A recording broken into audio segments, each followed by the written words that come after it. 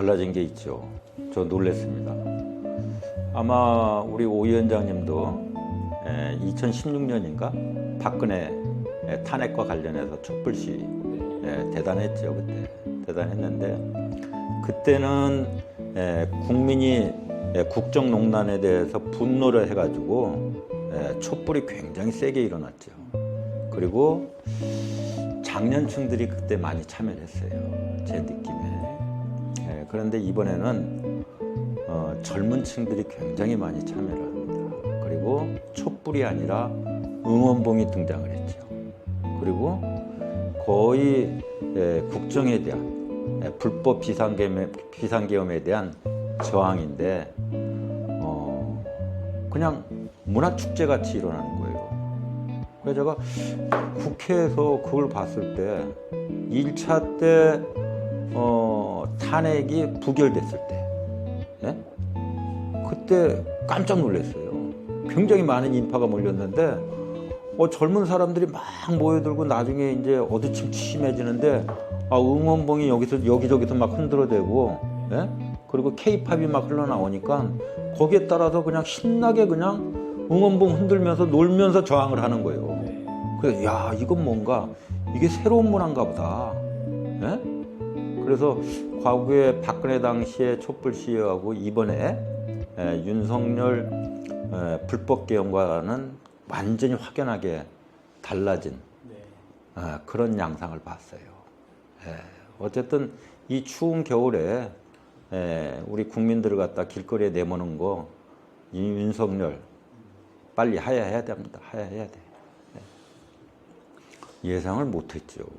민주주의 국가에서 이런 일이 있을 수가 없는 거예요. 그리고 민주주의는 본래 좀 시끄러운 거 아니겠어요? 언로가 트여 있고 진영과 국민 한 사람 한 사람이 자기 의견을 개진할 수 있는 게 민주주의죠. 그러다 보니까 시끄러운 거예요. 그런데 국정에 반대하고 자기 주장에 반대한다고 해서 그걸 정적으로 내몰고 그 사람들을 갖다가 처단하고 차단하기 위해서 계엄을 선포했다라는 거는 이건 용납될 수 없는 거지. 민주주의 국가에서는 용납될 수 없는 일이에요. 그건 기가 막힌 거죠. 양 진영이 있는 거는 저는 상생을 하게 되면은 민주주의 발전에 도움이 된다고 생각을 해요. 보수도 필요하다고 봐요. 근데 건전한 보수로 가야 되죠. 그런데 이번에 비상계엄 이 전국 상황을 봤을 때는 국민의힘이 계엄당이 됐다. 내란당이 됐다. 민 전 의원이 이상한 기자회견을 갖다 주선을 했어요. 백골단?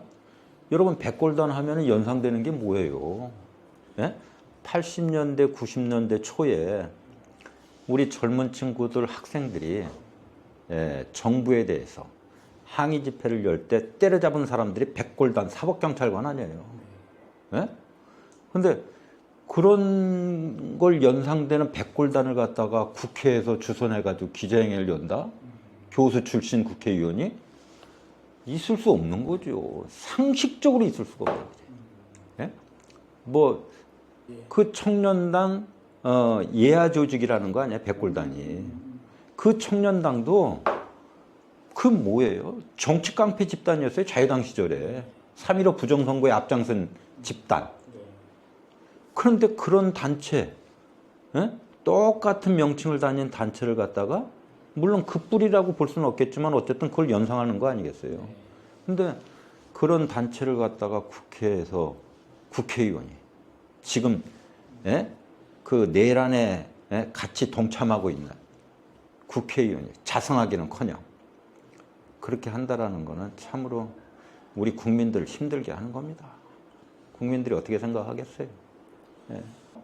지금 불법 계엄과 관련해서요 가장 심각한 게 경제입니다. 지금 사회 각 분야가 굉장히 힘들고 어려워하고 있지만은 경제 지표를 보면은 아주 느낄 수가 있어요. 경제 지표보다도 이 체감 경제가 굉장히 힘듭니다. 제가 쉽게 얘기를 할게요. 소상공인들이 굉장히 힘겨워하고 있었어요. 계엄 전에부터. 내수 경기가 침체돼가지고. 힘겨워하는 데다가 불법 계엄이 선포되고 탄핵 정국에 접어들다 보니까 더 어려워지는 거죠. 지금 지역에서 말입니다. 8시가 넘으면 손님이 없다라는 거예요. 8시가 넘으면 손님이 없대요. 임대료는 올라갔지. 인건비는 계속 올라갔지. 이런 상황에서 8시가 좀 넘으면 8시 반이면 거의 손님이 끊어진다고 그러면은 소상공인들이 갈 데가 없는 거죠. 갈 데가 없는 거예요. 미국의 이제 트럼프 당선자가 비상계엄 선포로 인해 가지고 트럼프 당선자 머리에 한국이라는 단어가 없어졌다는 거예요. 트럼프 당선자가 누굽니까? 트위터를 제일 활발하게 하는 세계 지도자예요. 그런데 그동안에 당선된 이후에 12월 3일 날 비상계엄 선포된 이후에 트럼프 당선자가 한국을 언급한 적이 없어요.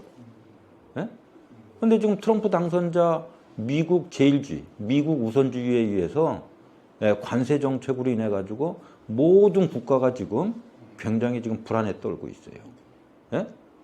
중국에다는 한 60% 관세 부과한다고 그러고 우방 국가들도 한 30% 관세 부과한다는 거예요. 수출에 의존하고 있는 대한민국은 굉장히 지금 이제 CPX가 걸려 있는 거예요. 근데 한국을 언급을 하질 않아요. 그렇다고 그래가지고 지금 취임을 앞두고 대한민국이 무슨 외교력을 갖다가 발휘하는 것도 아니고. 어젠가 뉴스 보니까 취임식 때 뭐 외통위에서 뭐 일부 참석한다고 이제 그런 기사는 나는데 그거는 참석하는 거지. 취임을 앞두고 미국과 한국 간의 무슨 뭐 외교 어떤 협의 이제 그런 게 아니걸랑요 지금. 그래서 이 탄핵 정국이 국민을 살리기 위해서는 빨리 수습돼야 됩니다. 경제를 살리기 위해서는 이게 빨리 수습돼. 그렇지 않으면은 대한민국 경제 구조가 흔들릴 뿐만이 아니라 국민이 죽어납니다. 국민이 죽어나요. 큰일입니다, 진짜. 글쎄요. 오세훈 시장이 발언한 거에 대해서 내가 하나하나 다 기억은 안 나지만은 전반적으로 흐름을 봤을 때는 정체성과 소신의 문제가 있다. 이렇게 바라보고 있어요. 그리고 강론으로 들어간다 보면은 그때 상황에 따라서 워딩의 변화가 있는 거지. 근데 상황에 따라 상황이 변화됐다고 그러면은 일부 워딩도 변화될 수가 있지만은 전반적으로 봤을 때는 소신의 문제가 있다. 저는 이렇게 생각을 합니다. 그거는 일종의 불법 계엄에 대한 물타기라고 봐요. 할 말이 없잖아요, 지금. 본인들도 계엄이 잘못됐다는 거에 대해서 인정을 하잖아요. 그런데도 불구하고 일부는 감싸기. 그래서 내란당이라는 얘기가 나오는 거 아니겠어요? 이걸 생각하셔야 됩니다. 지금 윤석열 대통령 공소장을 보면은 내란 수괴라고 이렇게 돼 있어요. 그건 법률 용어라고 그러더라고요. 내란 수괴 윤석열이가 피의자로 지칭이 돼 있어요. 아직 판결이 안 났는데도 불구하고 공소장은 그렇게 돼 있다고. 그러면 윤석열 내란 수괴 피의자 윤석열을 옹호하면은 그래서 내란당이라고 나오는 거예요. 내란당이라면 내란에 동조하는 거 아니겠어요? 정신 못 차리는 거지 아직도. 여기서 잘못된 것을 딛고 반성하고 새롭게 일어날 생각을 해야지, 그런 방향을 추구해야지 다음에 국민들한테 재평가 받을 수 있는 거 아니겠어요? 근데 지금 이렇게 간다고 그러면은 국민들이 정당이 뭡니까? 정당이. 아직도 정신 못 차리는 겁니다. 그거는 아까도 제가 말씀드렸지만은 이번에 불법 계엄, 이 탄핵 정국은 이재명 대표를 위해서 빨리 수습 방안을 추구하는 게 아니에요. 이거는 국가와 국민을 위해서 빨리 수습돼야 된다는 겁니다. 왜? 국민이 지금 죽어날 판인데요. 국가 신인도가 지금 나락으로 떨어져 있어요. 아까도 얘기했듯이 트럼프 대통령 머리에 한국이라는 단어가 없어지고 그 외 다른 우방 국가들도 우리 한국에 대해서 부정적인 시각을 보내고 있다. 이게 심각한 거예요. 이게 경제에 악영향을 미치고 있다는 거예요. 그래서 빨리 수습돼야 된다는 거지 이재명 대표를 위해서 수습되는 게 아니에요. 그런데도 불구하고 지금 국민의힘에서는 이재명 대표를 자꾸 거론하는 거죠. 그거는 불법 계엄, 자기들이 궁지에 몰렸기 때문에 물타기 일환으로 하는데 그래도 정신을 못 차리고 있다 이런 말씀을 드리는 겁니다. 예. 글쎄요. 그 행정행위 하나하나를 갖다가 제가 다 이렇게 접한 건 아니기 때문에 잘 모르는데 큰 방향에서 봤을 때 이재명 대표의 행정행위는 시민 입장에서 규정과 절차를 준수하되 시민 입장에서 그렇게 행정행위를 한 걸로 제가 그렇게 듣고 있습니다. 저 역시 구청장 재임 기간에 기관장은 규정이 있고 절차가 있습니다. 다행히 이걸 갖다가 준수하는 겁니다. 국회나 지방회의에서 관련 규정을 갖다가 입법화하면은 그 규정을 갖다가 준수하면서 행정행위를 해야 될 거는 기관장의 책임이자 의무라고 봐요.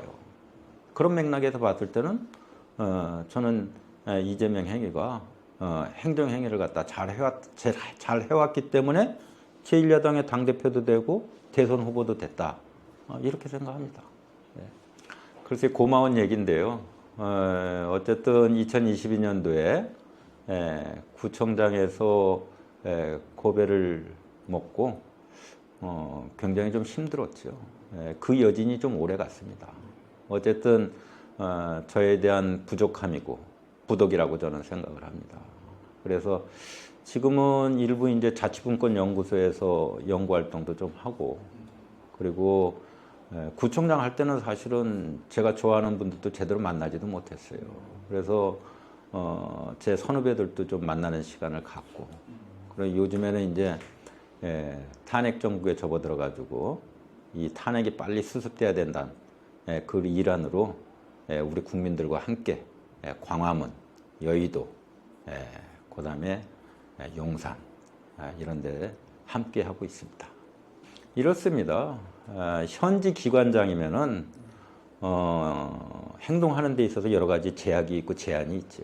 그런데 지금은 일반 국민들하고 똑같은 입장이고 국민의 한 사람으로서 윤석열 정권의 불법 계엄은 빨리 수습돼야 된다라는 그 일환으로 혁신회의에 동참하게 됐습니다.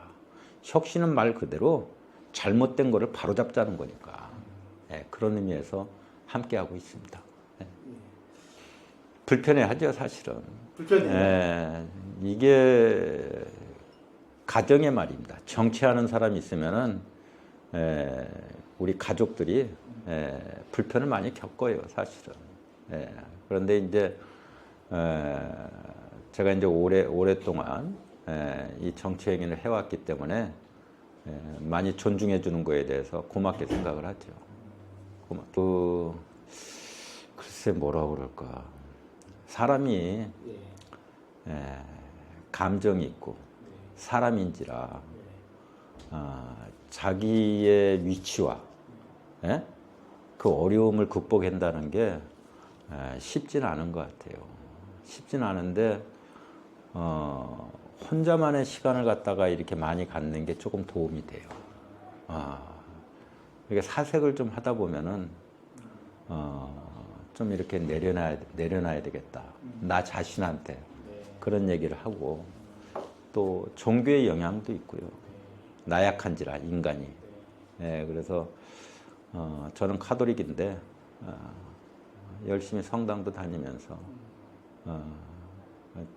내 자신을 뒤돌아보고 그런 생각을 그런 시간을 이어가고 있습니다. 글쎄요, 우리 광진구청의 공직자들이 함께 다 고생한 겁니다. 함께 다 고생해서 어쨌든 우리 광진구청 공무원들에게 지금도 저는 고마운 마음을 가지고 있습니다. 가지고 있는데 여러 가지가 있죠. 여러 가지가 있는데 구의역 앞에 KT 부지가 약 한 2만 5천 평 될걸요. 지금 이제 그게 개발에 들어가가지고 지금 거의 완공 단계에 있습니다. 지금 완공 단계. 그게 첨단 업무 복합 단지라고 칭하고 있어요. 그 중에 우리 광진구 신청산도 거기에 건립되는데 서울시에서 행정 절차를 거치면서 광진구청 신청사 부지를 서울시에서 기부 체납받고 우리가 그걸 사게끔 돼 있어요. 근데 처음에는 뭐 전 청장 시절에 다 매듭이 된 거기 때문에 뭐 자연스럽게 다 됐겠지 했는데 나중에 보니까 그게 아니더라고요. 어쨌든 여러 가지 과정을 거쳐서 서울시에 기부 체납하기로 된 우리 광진구 신청사 부지하고 건축물의 일부를 KT로부터 우리 광진구청에 기부 체납 받는 걸로 결론을 맺은 거는 아주 큰 성과라고 봅니다. 아마 재정적으로 보더라도 거기가 상업부지 아마 평당가가 1억이 넘으니까 그 대지만 한 1850평 청사부지가 또 건축물의 일부도 있고 그러면은 대강 산출하면은 규모가 어느 정도 된다. 그 정도면은 우리 구 재정에 굉장히 큰 기여를 할 겁니다. 그건 나중에 시간이 지나면은 광진구 역사에 제대로 기록이 되리라고 봅니다. 그리고 대공원 주변이 말입니다. 아주 기가 막힌 거죠. 어린이 대공원이. 광진 구민들한테 굉장히 좋은 공간인데 그 주변이 도심 한복판에 있는데 고도제한으로 지정이 돼 있어요. 고도제한. 서울시의 규모가 큰 대공원이 한 10개 정도 있을 거예요. 그런데 그 대공원들이 고도제한으로 지정된 데는 어린이 대공원이 유일해요. 그래서 역대 구청장님들이 그걸 해제하려고 그렇게 노력을 했는데도 잘 안 됐어요. 근데 2021년 말인가 그럴 겁니다. 말일. 2021년 말, 제 임기 거의 말 있죠. 그때 그 고도 제한을 해제됐습니다. 그 해제됐다라는 건 여러 가지 측면이 있습니다. 첫 번째는 어린이 대공원 주변에 있는 주민들의 재산권이 보호되고 향상됐다는 측면에서 큰 효과가 있는 거고, 두 번째는 대공원 주변이 대공원에게 걸맞게 변화될 수 있는 토대가 마련됐다라는 측면에서 굉장히 긍정적인 효과가 있으리라고.